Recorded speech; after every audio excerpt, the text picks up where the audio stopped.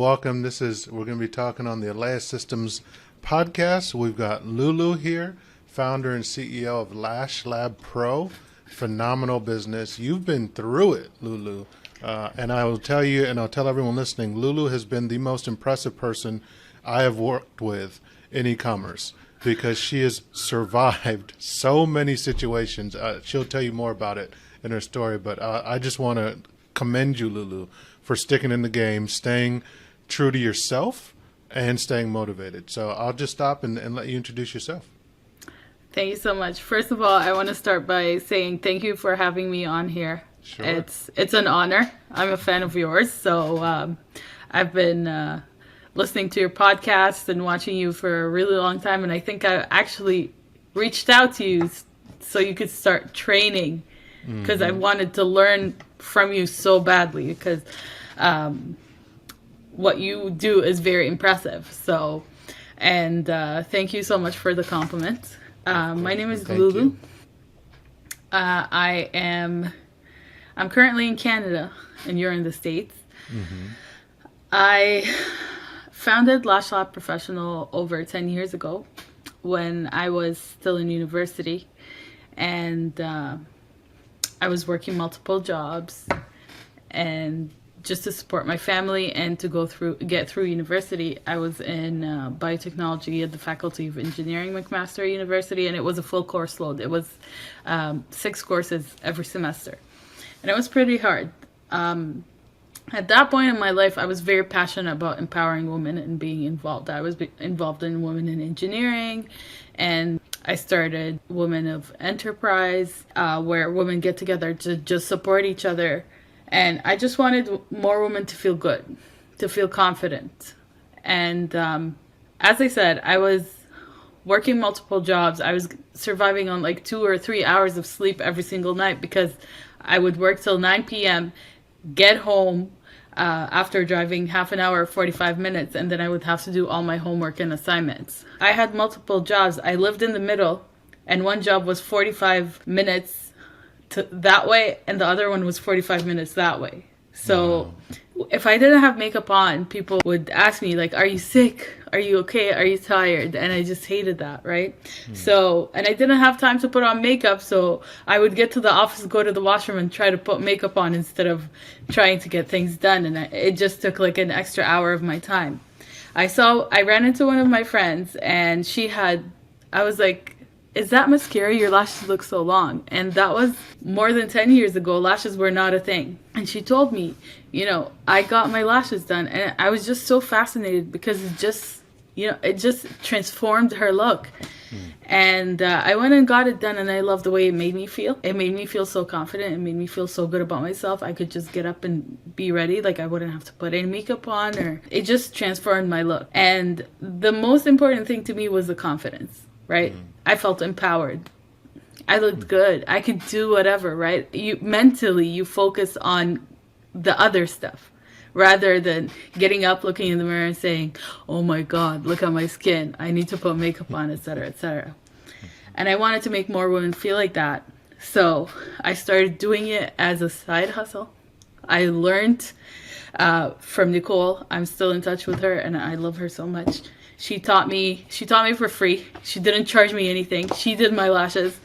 And at that point, I remember her adhesive was like a dot, and it was very stringy, and she would put it on saran wrap or aluminum foil in order to keep it liquidy, and it was just a disaster at that point. I thought at that point, I'm like, I could apply what I learned because I was studying biotechnology. I thought I saw a connection between what I'm studying and the industry and how I could better it, because we were ordering things from China, and it would take forever on eBay, right? Remember eBay days? Oh yeah. I would order things on eBay. They would take forever to come, and they were very unreliable. Fast forward a couple of years, I was I started this initiative where I would do lashes for chemotherapy survivors, just to bring them back and make them feel good about themselves, and a way to do it safely, right? Because there's a huge connection between recovery from cancer and how you feel. It's more mental and emotional than physical, because the chemotherapy usually most of the time does its job, but you have to want to get better. So that was a huge thing. And then I started developing products. So I used my background to formulate my own adhesives, and I invented a tweezer shape that it was revolutionary in the industry. And with that was a huge thing. But with it came a lot of challenges and a lot of learns, because I put everything. I started with nothing, right? I was living paycheck to paycheck. Sometimes I would go in overdraft just to get through to my next paycheck. You know, I didn't have that investor. I didn't borrow money from anyone to set up my business or anything. I just took whatever money I made and I put it into my business. So with that being said, when I created my tweezers, which was very challenging, putting all your money into it, and going back and forth with overseas, you know, in the third world countries where there's a huge communication barrier, right? And especially as a woman communicating with, like, it was a country, I'm not going to say which country it's, but they're very, like, you know, they look at you as a woman when you're, you know, they don't take you seriously, right? So that was a big thing. But one of the challenges and learns that I had is that if you created something, invest in a patent, right? Because you have to make sure that people know that this is your product. Copying in this industry is very common, and it happens very fast, especially when someone else has the advantage of having that seed money or having the financial support, right? Or having an investor that is going to pay for them to do that, right? And having the money to pay for a marketing company and stuff like that. I was going to ask you, that is a huge struggle. And a lot of people listening probably, I know myself, bootstrapping your business is scary. Because this is your money. You worked really hard to save it, and now you're just watching it burn. Like, literally, you're buying inventory, you're buying patents, you're buying all this stuff. This is the big question, right? Is how do you stay confident through that period that this is going to be worth it? As an entrepreneur, you're always doubting yourself, right? And I feel like we're our worst critic, and it's a double-edged sword, because it pushes you to keep going, right? And wanting to always do better. But it also it gets in your way, right? Yeah. Because instead of thinking like, I'm not doing good enough, or is this going to work? So I think resiliency is a huge thing. And, you know, it has to be innate in you that you don't give up. And I think you want it bad, right? Like, you have to want it bad. You want to make something out of yourself, and it has to be something that feeds your soul and something that you're passionate about. Right. Do you wish, if you could go back, do you wish you had like an investor and a big pile of money? See, that's the thing. I've talked to a lot of people, because when that happened, when I had someone copy, like, I gave them my product, and I think that's what hurt me more. It wasn't like someone just seeing my product and copying it. It was, I gave them my product to test, to review, and promote. And they went around, copied it, and told me, like, I'm going to start selling it and they sold it for $20 less. Oof. Right? So when they sell obviously they don't value the product, because they didn't put any work into it, barely any work into it. They just took it and sent it to someone and said, make me the same exact tweezer, right? So they were okay with selling it for $20 less. And they had an investor that gave them $50,000 to start. So wow. $50,000 5 years ago is huge. You could do a lot, you know, for this industry. You could do a lot with $50,000. You could do the marketing, you could get the product, you could get a lot of things going. And I think what hurt me and broke me the most was the fact that I gave her my product to test. The lesson that I've learned from that is non-competes and NDAs. You have to have agreements. You have to have systems. You have to have processes. All of those things, like, I cannot tell you or repeat it, how important systems are and processes in a business. So I feel like I started working on my business, and marketing was a huge thing. For me, it's like promoting and marketing was the most important thing that I focused on, but you need to clean up behind the scene, and you need to have the systems and processes in place first before doing the marketing and spending on marketing in order to protect you and your business. Yeah, you're preaching to the choir here. I fully believe it. Yeah. That was the biggest thing we learned. I thought it was all about marketing. I'm an ops guy, and I thought scaling a business is all about you need to have the right advertising strategy, the right marketing strategy. But if the product sells, the marketing's pretty easy, right? You just grab an agency and they can scale it. But then what happens is you start to break. The operations. Exactly. You run out, customer service gets backed up, your shipping gets backed up, you can't manufacture, you don't have enough cash to buy inventory, all kinds of different things. But what are the systems you'd say that are not the marketing and advertising, but on the back end, like you described it? What are those back end systems that you saw in your business that started to break? So, lots. I want to say everything, but okay.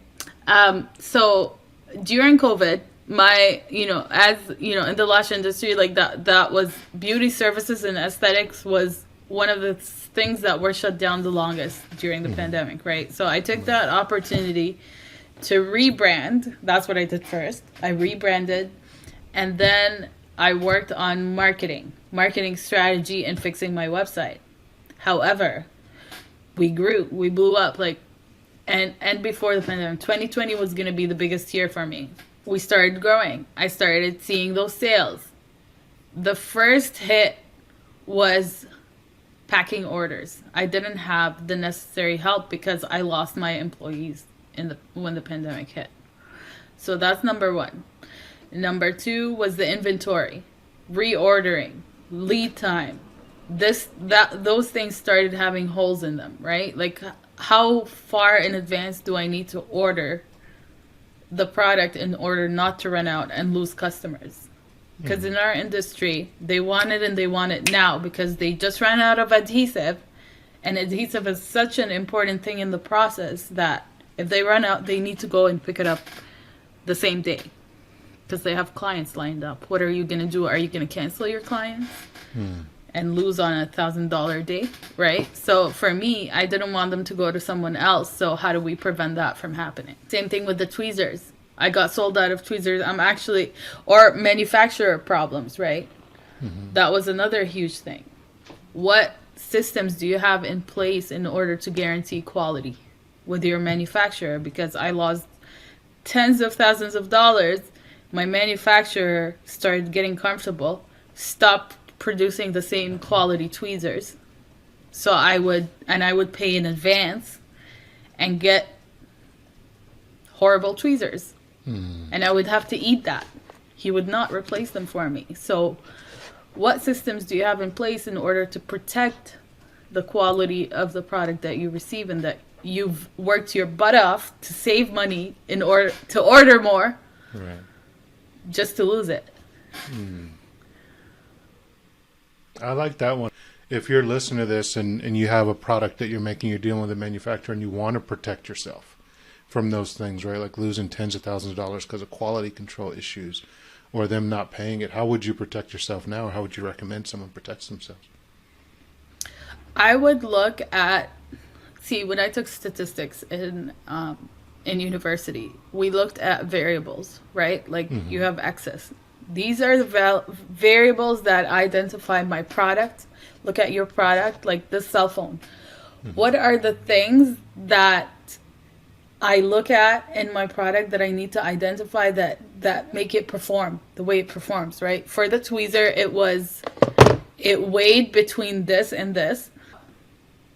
So usually tweezers were they were like this. They called them boot tweezers.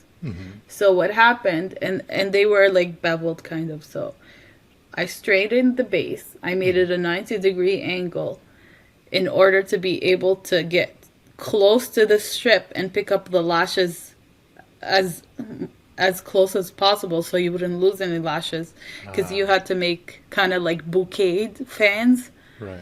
and that required a lot of work, so it's very precise, right? And then the inside is very precise. The tweezer is there's full closure at the base of the tweezer. Okay. The other tweezers would be open, right? And it had the long base so you could pick up bigger fans. So these are identifiers, right? So how do you see? Yeah. Can So see you are how for real pointy it is? innovating. Yeah. Yes. Yes. This is absolutely. true. Like you completely designed something new. Nice. Yes, because so my husband is in construction, right? So he had this machine with like, it had two belts, right? So I would take old tweezers and I would use it to sharpen the tweezers, to, and show it to my manufacturer saying, this is how I want it. This is what right? it looks like. You were for Creating real, like prototypes. you're creating prototype in your workshop back there, Yes. creating things. That's awesome. These are things that you need to make sure that identify. What makes your product, right? This is Right. why people want your product. So to me, what I would do is that I would find someone over there that I can trust, that can go and check the product before it gets shipped to me, right? That's powerful. Which, yeah.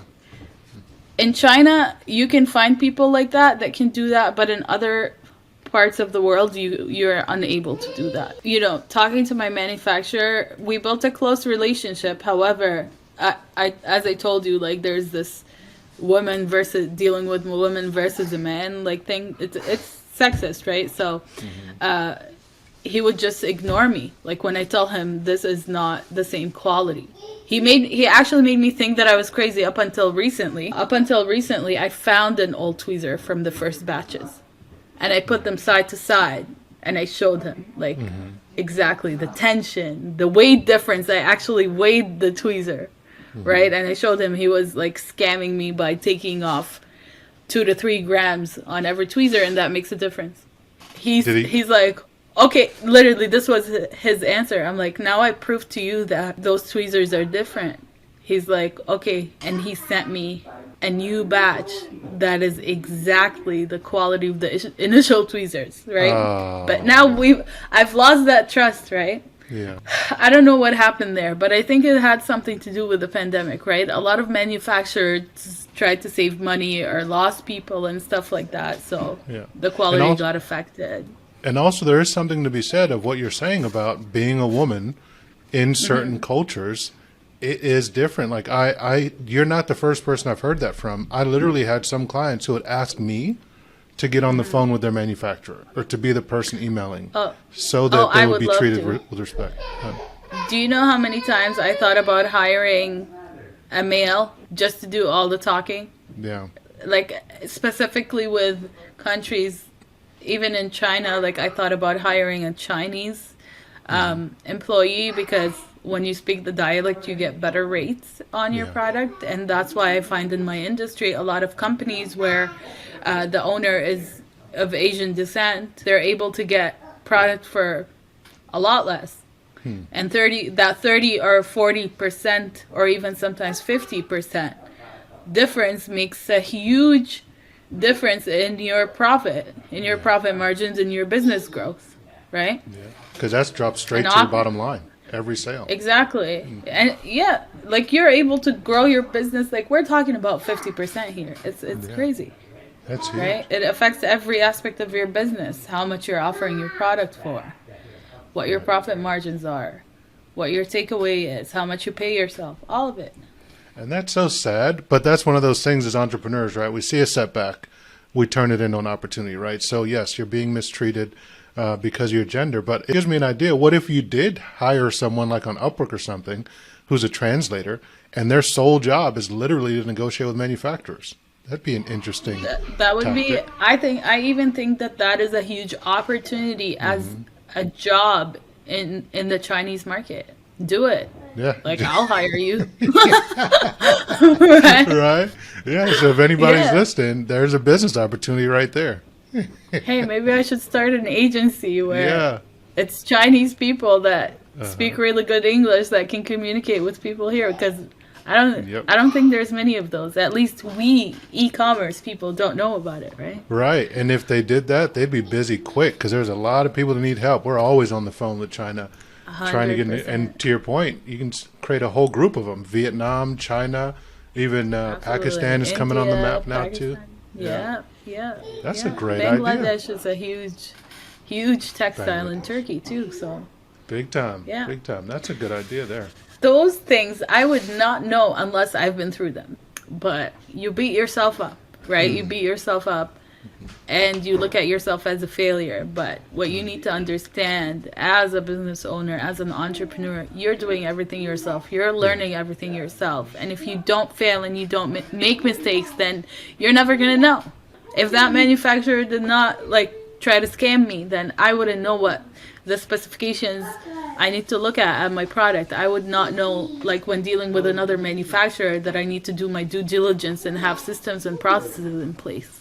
So now I'm starting another business, which is direct to consumer, because to me it's tough being in B2B, especially when it comes to marketing and advertising and creating content in my field. So I'm starting direct to consumer, and those are absolutely things I'm taking my sweet time with my manufacturers. I've been testing product for over a year and a half, and I still did not finalize. Is that important to me? And I'm taking the right steps to ensure that we have everything right. Testing from what variables I need to look at to packaging. I definitely want to dig into that, especially because now you know what you've learned the lessons, right? Like one thing I heard one of my mentors tell me is you never really fail in business. It's the whole idea of a pivot. You just learn. pivot, right? Exactly. So the benefit is now you've learned all the lessons with the other business. There's no such thing as failure. You just move on. So you didn't fail. You just learned.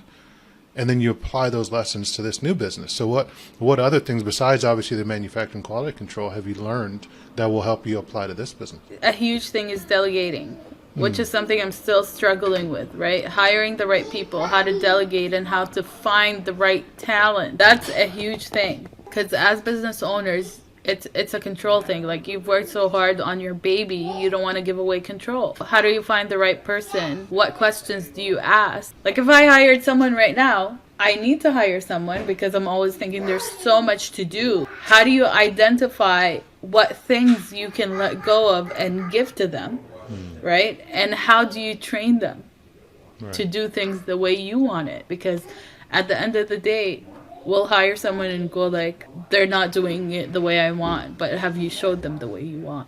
I think I listened, that was a podcast, one of the Tim Ferriss. It was about delegating. You need to put in a lot of work in order to save that time, but in long term, in the long run, it saves you so much time, and time is money. And that's one of those things that it helps having run a business already, because you now know what things you need. Because I feel like a lot of times we bring people on and that 300 hours turns into 600 hours if we've never delegated before, or if we're not good at it, or it turns into 800 hours, or it turns into 1,200 hours and we never see that ROI on time because we're constantly trying to train them. In your experience, how do I do that, right? I always see two things when delegating that are a problem that make it hard. The first one is we try and delegate things that we shouldn't delegate right away. Right? And what do I mean by that? It's I'm struggling with Facebook ads. Let me find someone to do my Facebook ads. Or I'm struggling with email, something that's really high level or has, the best way to describe it is it's not clear whether they specifically are doing a bad job or a good job, right? If I say to you, send me an email every day, at the end of that day, that email either was sent or was not sent. It was a task. Right. So you're looking for key performance indicators, but how do you identify what those key performance indicators are? Great. Yes, you're absolutely looking for that specific person. You find them by looking at your tasks that you do every day. You look at the easiest way to describe it as a time audit. What do I do today? So today you're on a podcast with me, probably can't delegate that. But you probably had to check in with your manufacturer. You had to maybe check on some QuickBooks stuff, some stuff that wasn't really high thinking, but it just needed to be done. It's like chores, right? These are just chores. Anyone can do it. That's the stuff I look for first, and I just write it down as I go through the day. And then I find someone to do those boring tasks first.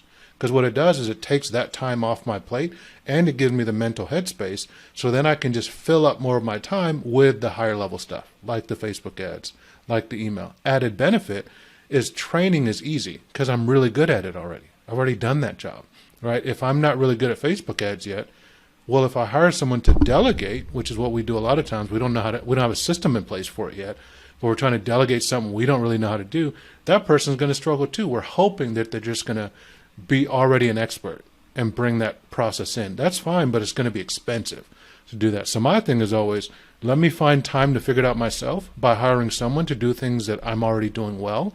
And if I need to, then guess what? Training is less than 300 hours. Training is really quick.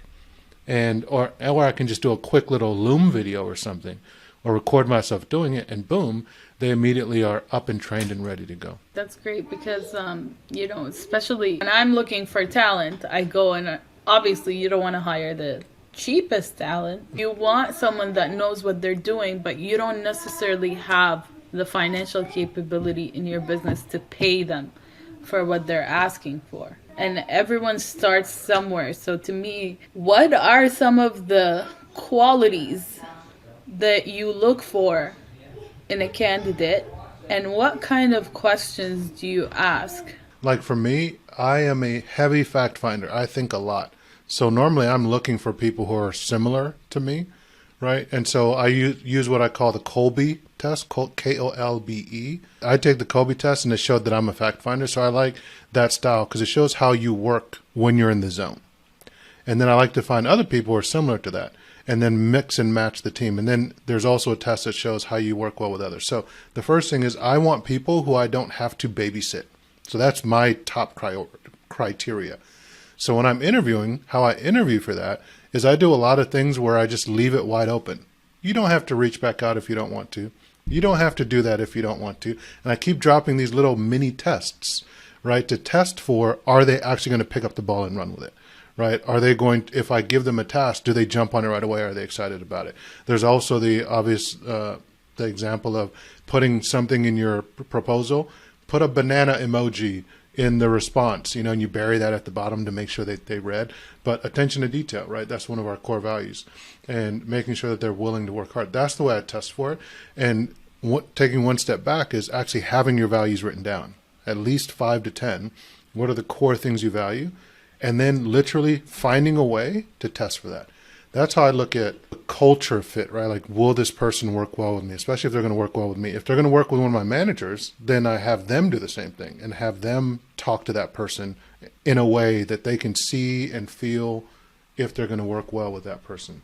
Yeah. So you touched a little bit on that by saying you test for it, right? Mm. And I think, like, how much power do you give them, right? Because we said you don't give them the entire task right away. Right? Definitely like not. Video to me is like, okay, you said, let's say you record yourself doing the task, but a lot of the times I feel like I need the person to be with me, right next to me. I don't know what it is with me, or like maybe other entrepreneurs can relate. I feel like I could get things done faster or better if the person is right next to me versus the back and forth of emailing and DMing. You can't necessarily relay the information in the best manner.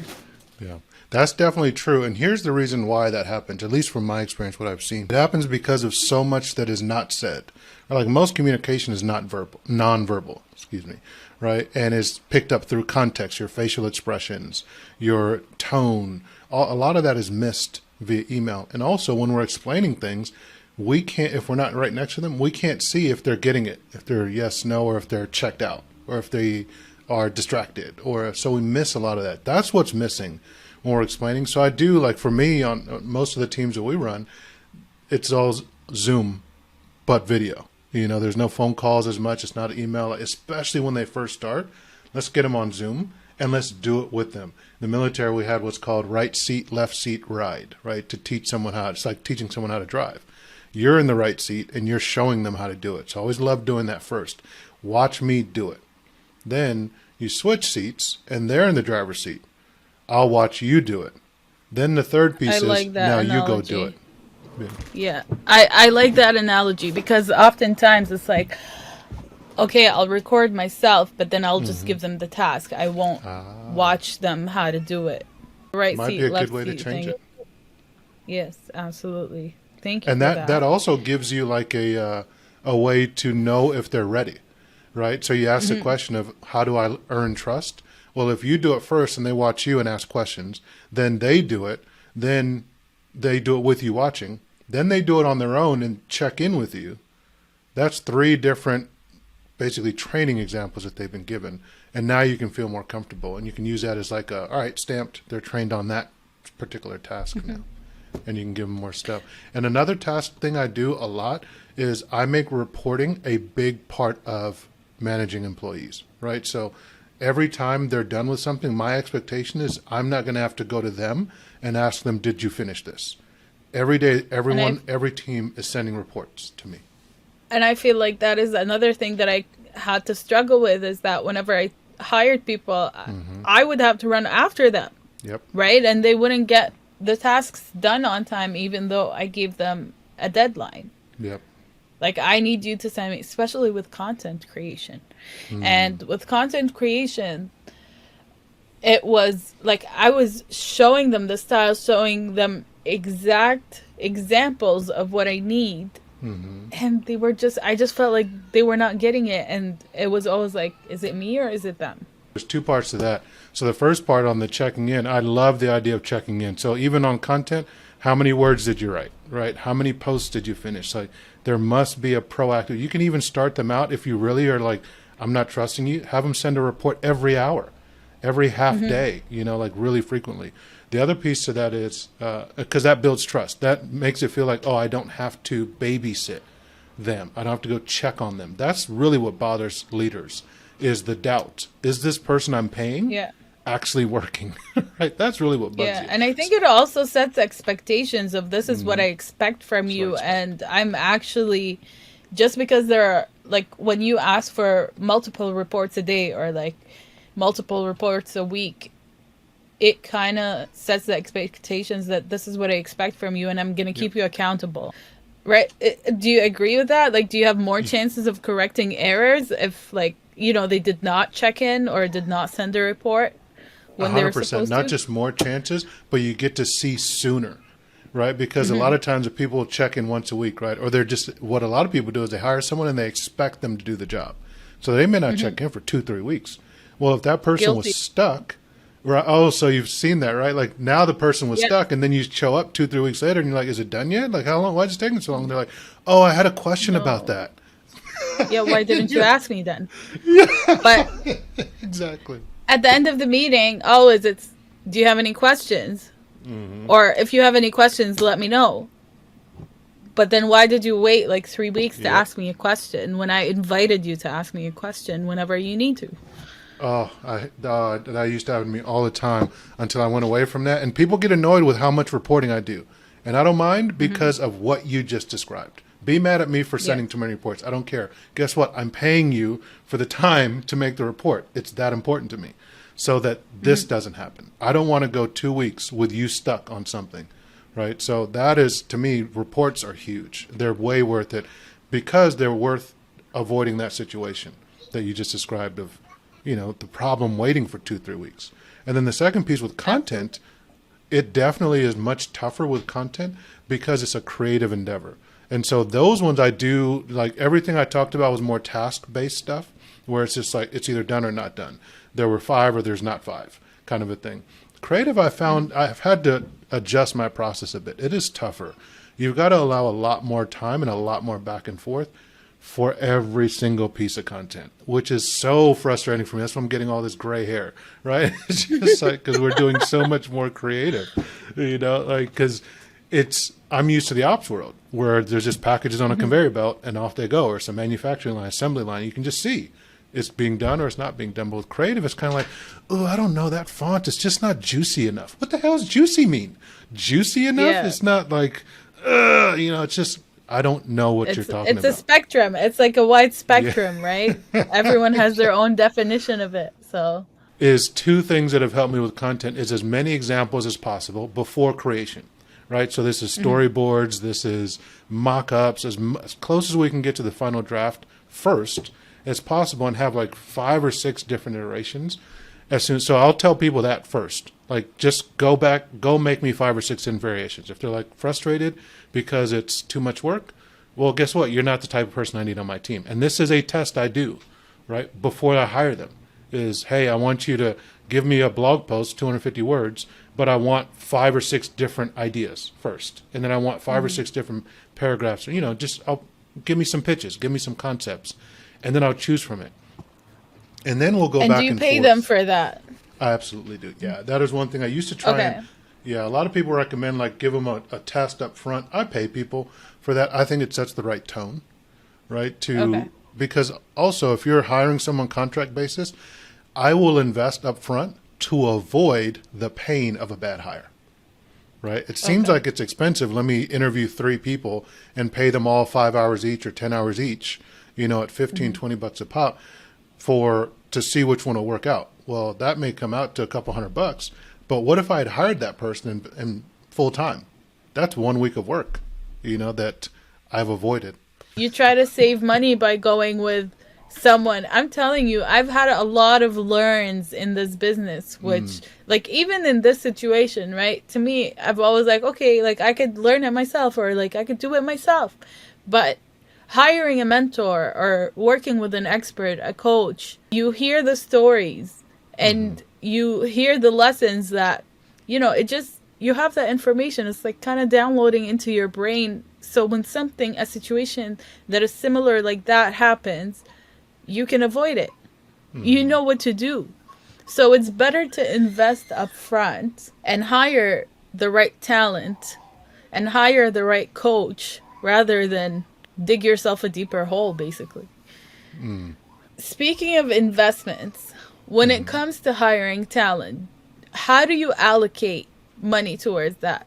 Is there a certain percentage of your sales, or how do you do that? How do you go about it? For investing in like coaching and training? In talent and also in coaching and training. Okay, so talent-wise, for sure, I think 30% fixed costs all in. So to me, when I think just if we were like super high level, every single business, which obviously the answer is it depends for each one, but 30, 30, 30, 10, right? So 30% on marketing, 30% no more than on like variable costs, and 30% on fixed costs. Then that's 90%. Now you have 10% left over for profit, right? And if you use a profit first methodology, which I like, is if I'm making $100,000 a year or a month, the first thing I do is I take that 10% and pull that out and try and keep that in the bank for me. That's my profit every year. So I want to budget that first, and then everything else I have to make money with the other 90. But you're paying yourself as a fixed costs in that 30% Correct. of fixed You're also costs. a salary, yeah. So you have a salary, especially if you're an S corp. You have a salary, so you should be on payroll if you're making money, right? Even if it's just a little bit, give yourself something, and then also make sure you're making a profit. Because you're using U.S. terminology, right? So right. here we have, so in Canada, we have a sole proprietorship, partnership, corporation. From my experience, too, is definitely register a corporation. Yeah. From the beginning. Don't do it as a sole proprietorship because you're putting a lot of liability on yourself as an individual. Right? So if things were to, something was to happen, you'd lose your house over it. Doing the full C Corp, there's C Corp, S Corp, which are tax designations. Then there's the liability side of things, which is the LLC. So those are the two sides. And we're getting into some really nitty gritty stuff here. It's high level stuff.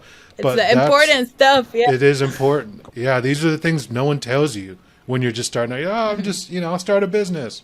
But then you get sued and they take everything, right? Or it's a risk. Even here, before I used to just register my business on my own. I spoke to a friend and they recommended, this is in no way sponsored, but Incorporation Center. It's an agency, you pay $600, right? Yeah. They send you your books, they register the corporation for you, they get your tax numbers, and they send you a file with everything that you need. You obviously have to pay for that folder, right? Right. But you have all your bases covered.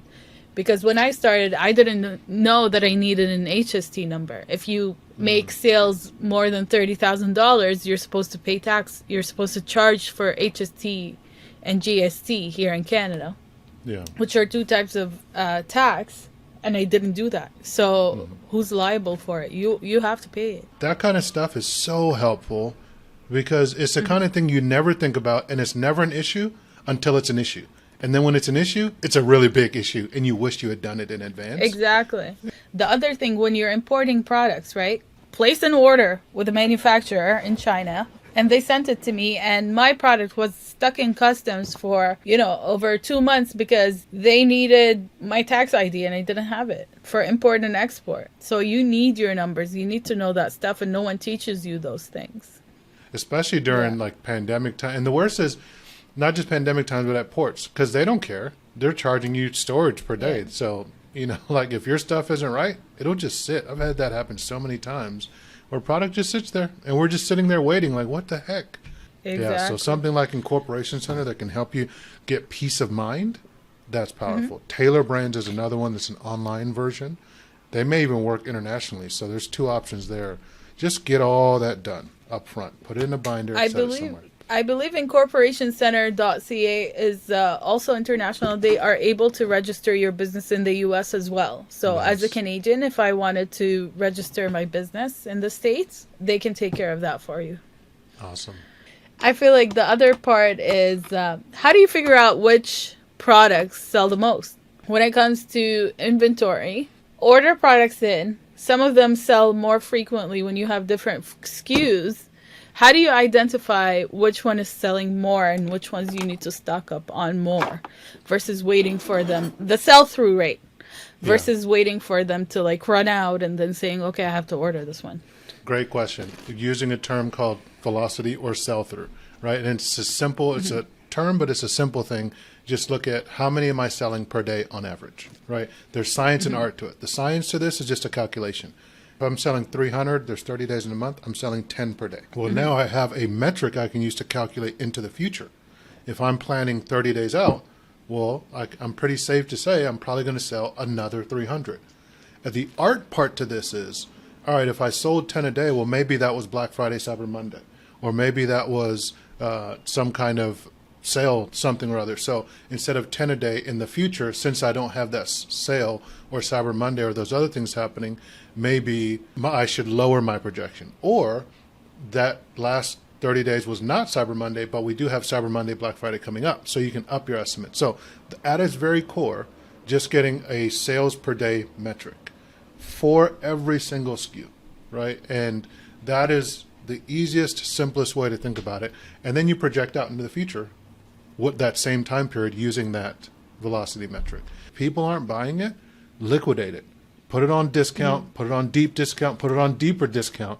Get rid of it because the cash that's tied up in that inventory is more important than that actual inventory. Discontinue that line and buy the ones that are selling. The fastest way to make money in business is to simply sell the things people want.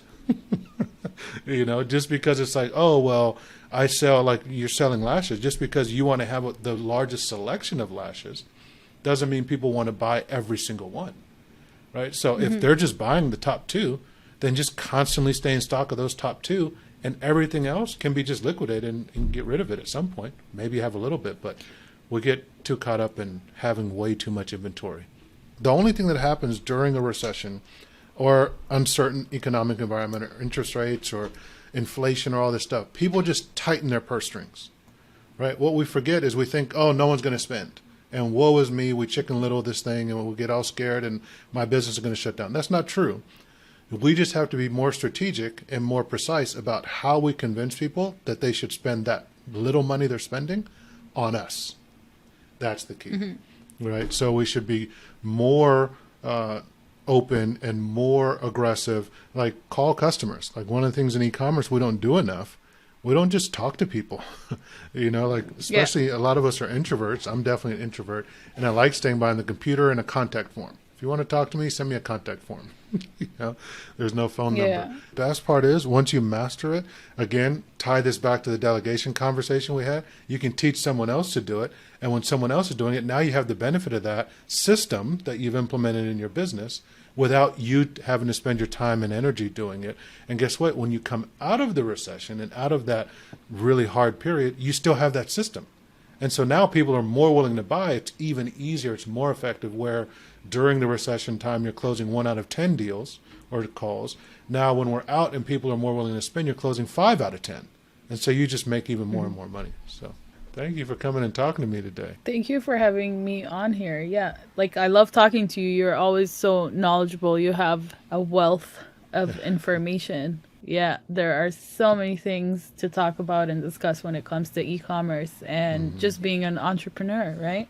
Yeah, I think this is definitely going to be a part 1, especially because of what you said about like coaches and being able to hear from other people's stories and learnings so that you can avoid the same mistakes, right? And so I feel like that's what we can share with each other. And this is part 1, I think. So we'll probably do this again. Have Absolutely. a couple more. Yeah, and trade stories. Yes.